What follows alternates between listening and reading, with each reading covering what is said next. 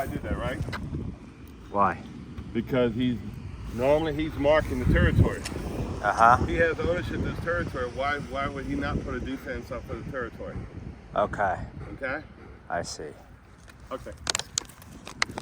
Plus, you just seen two dogs walk by. So he's wired. He's wired.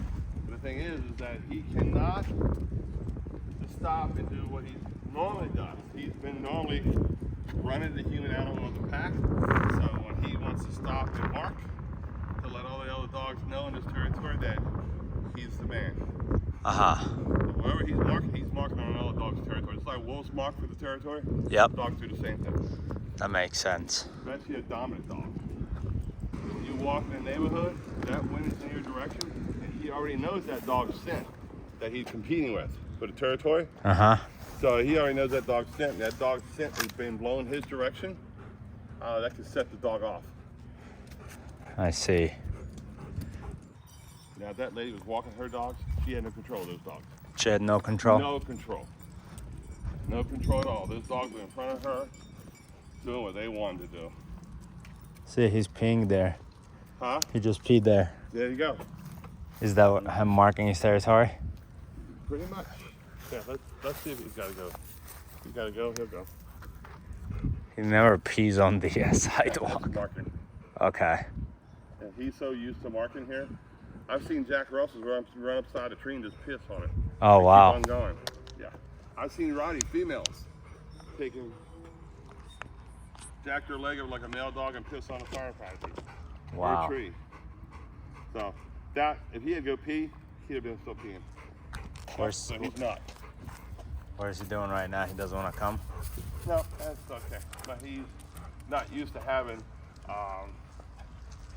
the right collar on him. Uh-huh. And so now he's like shit. Yep. Somebody escaped the matrix system. Yep, exactly. And you know the collar's size for him, right? So, yep. He's a little manipulator. Yeah, he is. Because the other one, he used to pretend to obey, but really though, he knew that he had control the whole time. Yep. Wow. You young man. Yeah, he's a good baby though. He really is. You can't be afraid to give a dog discipline when they need it. It's like it's kind of like a kid, right? You gotta raise him. Pretty much. And you know, you see here, I'm loving on him. He's not disliking none of that, right? So it's like the alpha dog or the beta dog who gives discipline out due to the alpha dog's rules and orders. He's got to learn his place in the pack. If not, he's going to take it upon himself. When you walk out here, you won't be able to take this dog for a walk. He's a marked in control. He has claimed the entire territory, and on top of it, inside the house, he's claimed all the human animals of his family as a part of his pack. That's why you got problems. Yeah. He can't help it. We promoted him through our behavior, and we allowed his engagement with us, and we rewarded his engagement above us. And because every time when he engages, he's trying to stimulate the behavior of the pack, the human animal pack. Okay. Loose leash. Okay, always remember that. Now, I've given him an opportunity, but another thing is loose leash. I give him an opportunity to screw up so that if he messes up, I'm going to teach him what my rules are. Like if he pisses over there, I'm going to correct him for it. And then how do you do that? Just like I did a while ago. Okay, so you just show him some resistance. Let him know that's unacceptable. When I move, you follow. Okay. And then if he starts to take the lead, you teach him the rules. Well, he's not going to take the lead unless I let him to. But the thing is that I'm going to teach him benevolently where I want him at as a pack member. I want him beneath the human animal, and so that he can live in our world. Not vice versa. No. Yeah. He's living in our world, and we have to help him to understand his rules, boundaries, limitations. We'll set it for him, just like if he was with a pack of dogs. They would, the hierarchy of pack, of the pack would do the same thing for him, so he can coexist with the pack. You know, survival rates go higher. And in those terms, and living in that state. But in our world, we have to teach the dogs the same thing. They got to live by our rules and by our limitations. Us understanding the psychology behind it, we help the dog to get there. So that way the dog doesn't get in trouble. It's not fair the dog gets in trouble. Some dogs lose their life every day for this. There's 85 million, what is that, 85 million dogs in the United States? That's a lot. Yeah. I don't know the statistics. You need to look up, Google it. How many people got killed last year from dog bites? It might blow you away. Really? Yeah. Is it a lot? A lot. Wow. As simple as a child riding a bike. Yeah. Nope. You should never come up to a dog like that, sweetheart. Never, ever, ever. Okay? Just for your own safety. But just be careful, okay? All right, brother. Have a good day, man.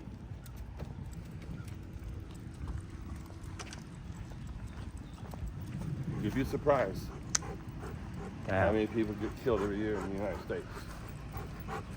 Alone. And that's because the dogs aren't trained, right? They're not trained to hurt. The human animal or the pack is not trained. The dogs take it upon themselves to take ownership of the human animal part of the pack, and then the dogs go into they call resource guarding. I call them survival mode, survival of the pack. And the dog knows that the human animal is providing a lot of resources for them to live. So it puts the dog in a bad place. Some people we need to learn about the psychology of the animal, understand about universal laws that governs the pack, especially the pack's hierarchy. And years ago, 30 years ago, I learned about the universal language of dogs. Which, sign languaging. Mm-hmm. But even though I learned it, that did not within itself resolve my issues. It helped me to see things. Mm-hmm. But what really resolved issues is understanding the psychology behind the universal laws of hierarchy, pack behavior. Each dog in a rank will display a certain behavior, helps you appreciate their rankings. That makes sense.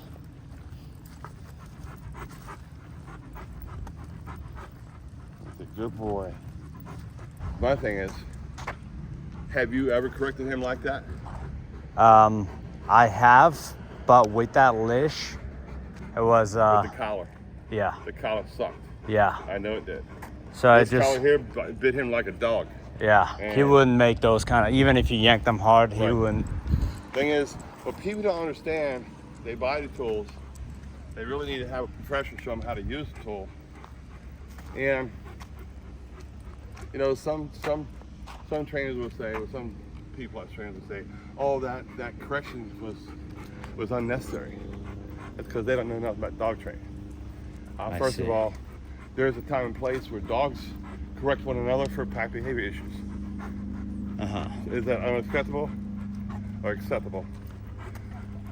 It's acceptable if the dogs correct each other. Right.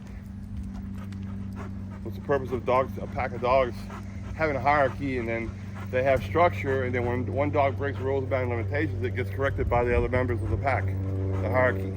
That's the way Mother Nature meant it to be. Yeah. And so, P plus trainers trying to change that. You can't change nature. Yeah, that's true. All we can do as trainers is try to mimic that as much as possible, but humanely. Which makes sense. And if you do it once or twice, right, you won't have to do it again for a long, long time. Because it becomes like when you say NOPE, like I did a while ago, Mm-hmm. Nope. Good. Down. Nope. Down. Good. Release. Okay. So the word word good? Good is a marker. What tells the dog it's a duration marker. So he's doing like. So when he hears it down the road, that's what we talk about marker training. Good is a duration marker. You'll hear some trainers use yes or whatever what they want to use as a marker. It has a meaning behind it. What it does, it helps the dog know what to do with the behavior. If I tell the dog down, I say good, they'll learn down the road that means that he has to hold that behavior. He has to hold that down until I release it with another marker, which could be yes or okay. And you see, loose leash. That little brother that came up to us like that, that's crazy. Yeah. He didn't know this dog. He was ready to go. He wanted to come in and pet the dog. Can't do that. Not a strange dog. That dog doesn't know you. Now, see, some dogs, like your dog is aggressive to other dogs. Some dogs are like that with just only people. Then there's some dogs who are like that way to people and dogs. Wow. So that's why it's so important to know that if this dog is human aggressive, it happens. Yeah. Sometimes I go to job sites. That's why I ask you, is he human aggressive? Or is Yeah. he just dog aggressive? Yeah, he's a dog aggressive. Because he understands the universal laws of hierarchy. He's definitely dominated the human animal part of the pack. It's kind of like imagine this. You go into politics and you establish power, and you get overthrown from the power, and then you hire Russell to get you back into power. So this young man has overthrown us from the throne. Yeah. And you know what? You're not the only one. Thousands of dogs I have gone in, and I've saved that relationship between the human animal and the dog, the canine. I have saved those relationships and brought them back together. But for me, it's more about the dog. But also on the other part, dog's easy. It's teaching the human animal of the pack. The humans are the hardest one to train. You have to get that. You have to help them to see. Like I'm teaching you, explaining to you as simple detail as possible, so you can grasp what I'm saying. And I think that's very important because the trainer before that we used to talk to, that lady was not so good. Like she didn't explain anything in detail like you did, and I feel like you because the pro saw she's trying her best to be a dog trainer, but the thing is, you probably don't understand it. Yeah, you understand the psychology of it, like the deep insights of it. I made it in my life, and I learned it from good trainers in my life. You know, I'm not that trainer who's gonna be a hermit. Yeah. You know, with other trainers. I learned from good trainers. And yeah, trainers steal information from other trainers. They do that. You know, but it's because we want to be better than what we were. Right. We want to be better today or tomorrow than we were today. That makes sense. You know, so I didn't, you know, and I still study. I still work. I still study. And I put 4 hours of study in the day. I'm 64 years old. I'm still studying. I probably put in 20 hours a week. Well, they say like you never really stop. learning. Yeah. In this field, you never stop learning.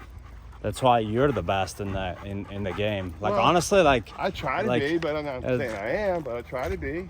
Yeah. Maybe in my field, I probably am. Well, I'm saying like in terms of like from my experience, like you explain things, and just the fact that you understand the deep parts about it, like that just tells me that you're an expert at this because you understand the root source. Right. Other people just look at it like, hey, make the dog do this and this. That's called force training. To me, that's forcing the dog. You know, I'm going to not force him, but I will correct the dog if I need to. Just this collar, this right here, you know the philosophy behind that? No. It's supposed to mimic the pressure bite of the mother dog. Really? That's the whole philosophy, the German philosophy behind it. Wow. That's why if you see it, it's got the hinge in the middle. Okay, when the jaw goes down like that, what happens to the jaw when it click, click, click, right? That's what this does, the same thing. It doesn't go all one direction on one side. It goes here, and then you got it over here. It mimics the bite of the dog. I see. And then he's biting himself, basically. Well, in a lot of cases, yeah, he is. But, you know, that's why we'd say when we pressure on and pressure off, you don't want yanking unless you just pop him when you're going to correct him. But when you want to pressure, I just put the pressure on like that. He learns to turn it off. Look at that. So Look how simple that is. So when I'm walking, I should say these words: pressure on, pressure off. Yeah, it just. I wouldn't say it. I mean, you keep it to yourself. Okay. When I'm walking, I know I'd say it because I'm trying to explain to you the philosophy and the technique behind it. Even if I wanted him to sit, a lot of times I'll say sit and then put pressure up. So he wants to go down. I keep the pressure there. And guess what he's going to do? He's going to take the pressure off. Look at that. Okay? Good boy. And then give him rubs, not pets. Rubs. That's going to calm his nerves. Petting stimulates his nerves. Also stimulates, stimulate the adrenaline. Boy, yeah, that's good. And talk to your dog calmly, like I'm talking to him. Okay, you don't need to yell or scream at him. He needs to know when, if you need to use a strong voice, save it for an emergency. Okay. You know, it's like kids. If you use it too much, you desensitize the child. Use it too much with the dog, you desensitize the dog. Okay, that makes sense. And don't get pissed when you work with the dog. You get pissed when you work with the dog, put the dog up, go ahead another time. Okay. You want to go cool-headed. That makes sense, because he can also feel your and sense your Not energy. you feel it, he smells it. Okay. Your body chemistry changes. Dog sees the world through their nose. Only 40/80 through their eyes. Okay. Yeah. So let me, when we turn to the corner there, I'll take you to where he normally pees Okay. and marks his territories. Okay. So, What was that? I don't know, that was some like a tape box. So that way you can check his, Well, he's allowed to take a pee, but you allot that and try to allot the same place every day. Okay? That could become a reward-based thing for him. see, there's a dog right there. See, he's gonna, Just relax. See how that dog's running at him? That's people that don't know anything about training. 85 million dogs in this country every year, and millions of them get put down. Millions of dogs get euthanized every year. You know why? Mainly because no training and no understanding of the psychology of the animal. They bring a foreigner in their home and expect it to be compliant with their rules. And yet, in no time the dog is engaging, dictating, next thing you know, it's controlling the entire human animal of the pack. And then that dog is going to get in trouble because they're going to go to resource guardian. Or it could be dominant as well. It depends on the genetics. Hey, how are y'all? how's it Good. going? Beautiful dog, guys. Thank you. We're just training this guy. Oh, really? Yeah. How old is he? 4 years old. Yeah, he's got some issues, but Did you rescue him, guys? no, I'm a trainer. I'm trained for this gentleman right here. Nice. They got a baby at the house, so the thing is, I gotcha. he took ownership of the human animal of the pack. Got to teach him how to turn that around. You look handsome. You do it very well. He knows it. Trained a lot of dogs in my life, and my heart goes out to every single one of them. The dogs that I you fall in train. love with them too, Yeah. especially those coming out in boot camp. Oh my God, that's sometimes it's very hard for me to turn them back over to the owners because I just fall in love with them. But I know they're going back home. They're going to a good place. Plus, I got the opportunity not just train the dog, but train them. See, when we go out of the country, we're gonna send them in your boot camp, so that Okay. way he can soldier up. He can get the training he needs. So that way you can reach him any way you want to. And I know he's got the. Well, for me, hard it's work. been a learning stage too, because I've never had a dog like this before, and I used to look at him like a dog, until you know, gave me that first session. Mm-hmm. And then I was like, oh my God, this guy's a manipulator. Yeah. He has completely like dominated the space here. So Yeah, I'm and still they like, will. yeah. But a lot of times they don't do it intentionally. So They don't do it intentionally. What happens is the dog takes it upon itself because it's going in survival mode. Survival of the pack. That's what it thinks about. Without a pack, it don't have much of a life. Yeah, that So- makes sense. Because he's taking over the responsibilities that he shouldn't be responsible Well, for. he loves the human animal part of the pack, and he's going to take it upon himself because they don't understand the animal that he is or she is. They don't understand the universal laws of hierarchy. They can't interpret the conversation he's having with them on a daily basis. It's like a foreigner living in your home, but you never took the opportunity to learn their language. Yeah. Okay? And makes it really complicated. So I wanted you to see that. That he's conserving. And he's conserving so he can mark. So he's marked his territory over and over and over. Yep. Every day. Every day. And I can assure you that other dogs will mark right on top of him. Yep. So They it's do. competition for the territory. But he shouldn't feel that he needs to mark any territory, right? It's nature, man. Part of nature. It's the animal. Okay. The animal within the dog. The animal. But once I like establish control over him, do I allow him to mark territories? I don't know. No. Okay. What you do is take him for a good 15-minute walk and allow him to pee. Make sure you have your cleanup bag. So if he's going to poop, let him poop as well. Just remember, if he decides to poop just a little bit, he's also using poop to mark with. Okay. If he poops and then you see him start scratching his feet, claw on the ground, and he's scratching it, turn it up, he's making his mark bigger, more known. Uh-huh. Dogs can take more real estate than you'll ever own.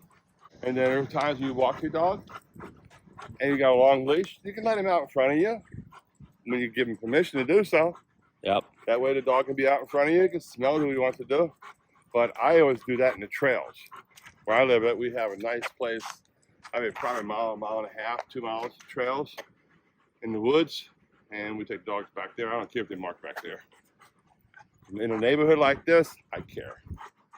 Yeah. Because you gotta live with these neighbors. Yeah. So in the wilderness, it's acceptable for him to. Well, no, yeah. Why not? All animals do it, Yeah. you know? It makes sense. And then he feels more happy, I guess, Yeah, territorial. well, they need that moment. That's why they got 4 legs.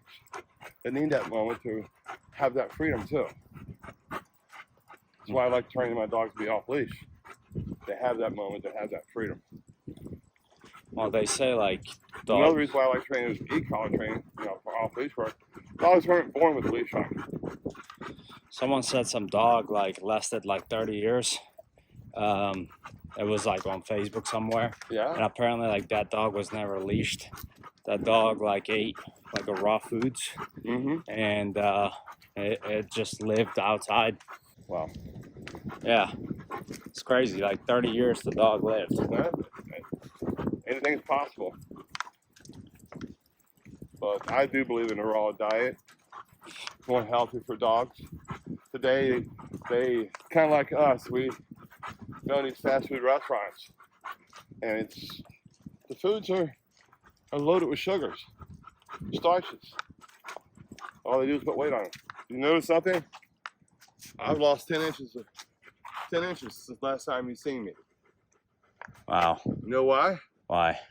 I went carnivore Carnivore is as a meat eater, diet. okay. I went carnivore. Took all the carbs and think I'm on a diet.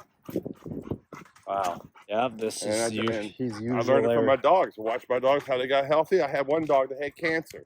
He had 3 cancer spots on his body, wow. and he was my shepherd. I put him on a raw wolf carnivore diet. 6 months later, those cancer spots fell off. Wow. They literally fell off. Wow. They peeled off his body. So the diet that you recommended was what? Raw chicken and Raw chicken, chicken gizzards, hearts, chicken liver. Chicken liver is like a multivitamin for a dog. Beef liver is also a good multivitamin for a dog. And on top of that, sometimes you can buy cheap beef ribs for dogs. We buy the chicken quarters, 10 pounds a bag for 49 cents a pound. It's $4.90 a bag for 10 pounds. Like today. And how many times do you feed them a day? Once. Once a day. Once a day. And how much do you feed them a day? 10%. 3% of it's 3% of their body weight. So if the dog is 100 pounds, he eats 3 pounds of meat and organs together. Totally. Okay. 75% of that is meat and bone. 5% of that is going to be liver, and usually about 10%, 15% of it's going to be gizzards, chicken feet, and you can give them a raw egg or give them a whole egg with the shell and all, which is good for them. But yeah, you want to know how to do it? I'll teach you. I've had my dogs on for a few years now, and they've done good.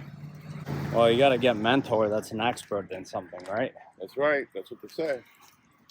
It works. Yeah. Well, that's something else I picked up from other trainers. Like what? And vets. Oh yeah. Proper diets for a dog. You know, if you're gonna be a behaviorist and not just a trainer, but a behaviorist on top of that, and working in a lot of rehabbing a lot of dogs, you learn throughout the years that diet is big in rehab work. And so changing that dog into a good diet is going to be a plus for you when you train that dog. The dog's going to be more attentive to you. It's going to learn better. And you're going to help the dog to have a nice fatty brain. Fatty brain in a dog, the dog that will learn, work harder for you. Okay. So the chicken stuff, you buy it at the Save-A-Lot? Save-A-Lot or Walmart. Save-A-Lot. Whichever has the deals. Okay. And now seasonal, you can give them some berries here and there. You know, blueberries. Dogs eat blueberries? Oh yeah, well, mine won't, but some dogs do. I don't feed my dogs tubes. Some guys will feed their dogs tubes. I don't. I tell them I don't think dogs will eat carrots in the wild. And some people feed their dog broccoli. I said, well, broccoli is actually a new vegetable. We designed that plant from what I've been told, and so it's a new species of plant, pretty much. It doesn't grow in the wild. So, but yeah, dogs will eat fruits, seasonal. But the problem is, kibbles, they use a lot of that for fillers, because what the stores can't sell, they sell it to these companies here, and they process it, they cook it down, and now they got all those sugars stuck in that food. Yeah. Those things become fillers. It's cheaper for these companies to buy that and make the product and put very little bit of meat in it. And a lot of the meat you get a real kill. Makes sense. And all the nutrients have been burnt out of it, cooked out of it. So it's, And then what they do, they spray it with synthetics. So your dog's getting synthetic vitamins instead of real nutrients. Well, that's why I took my dogs off of it. And I don't believe in giving dogs grains. Grains are not healthy for dogs. just liver and raw chicken. Raw chicken, bone and all. Bone like a chicken bone? Yep. Okay. Never cooked. Never give them cooked. Cooked bones for them. So you buy one of those full chickens then? I buy a whole bag of quarters. Okay. Thighs and legs together, the quarters. Okay. And I just measure. I have a scale. I measure it all out every day. And 3% of their body weight. That maintains their body weight. Now, if I have a dog that's malnourished, we'll start them out light. and then we'll give them 4%. We'll work them up within a week about 4% of their body weight. That way they'll put on weight. Okay. But like this guy right here, he would be at 3% of his body weight. So whatever his body weight is, I don't know. It's a hard work, huh, Bubba? Yeah, it is.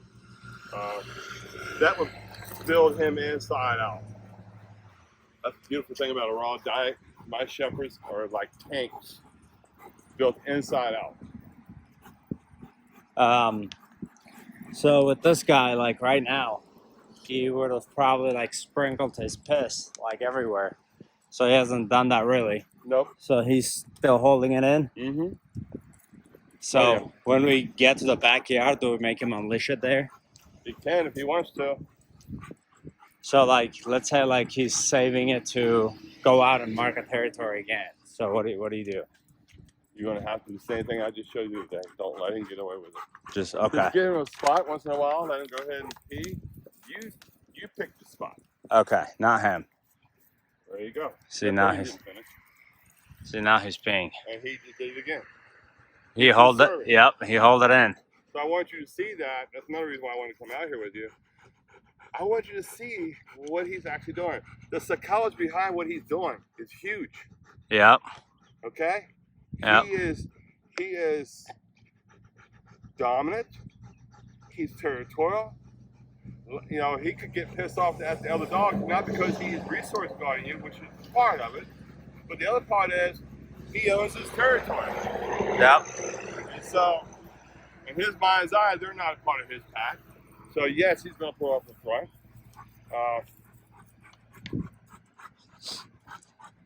Happens in a while. It can happen here. So when he's in a close proximity of like a humans or dogs, you short leash the leash? No, I just keep him like that there, nice and loose. And I want to keep him where I can pop if I have to. But I'm going to give him the marker first so that he'll turn off the behavior like he did before. Okay. And if he turns off behavior, guess what? I got through to him. How's it going? And he's nice and tired. Bubba. Tired as a boy. He needs to know where his place is with the human animal of the pack. And that's what we're teaching him. Yep. He's a big boy. What's he, about $140? Yeah. It's close to it. Yeah. It's a lot of animal to get away from you and get on another dog. Yeah. Yeah. And he's also like kind of like skinny and tall. He's not skinny. He's not skinny at all, but he is a tall boy. Yeah, that's that German genes. I know. So like, for example, like, let's say if I go to the room and then he tries to like overpower me and go in there without my permission, what do I do? Well, right now what you need to have the collar on him and a leash on him. I'll get a leash that's not this. Get a flat one. Nope. Get a flat one that has little or no drag to it. Okay. So when he's moving, he doesn't feel the pressure going on the collar. Okay. This will actually add pressure on the collar because of the weight of it. Or add the drag on it will actually add a little bit of pressure to the collar, so he'll feel that. We don't want that. And then have him wear the 3-foot leash for a while, but only when you guys are there and supervise him. Okay. That way, when he's doing something you don't want, you got the tool available to you.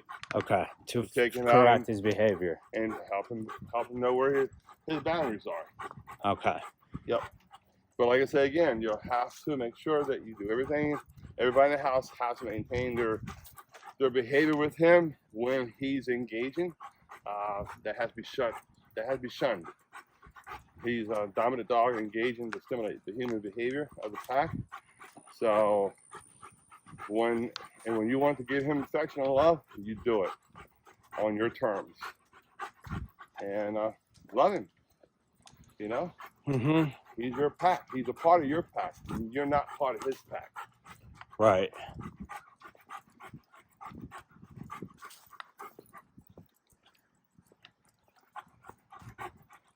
He's a good boy. He just needs to know his place.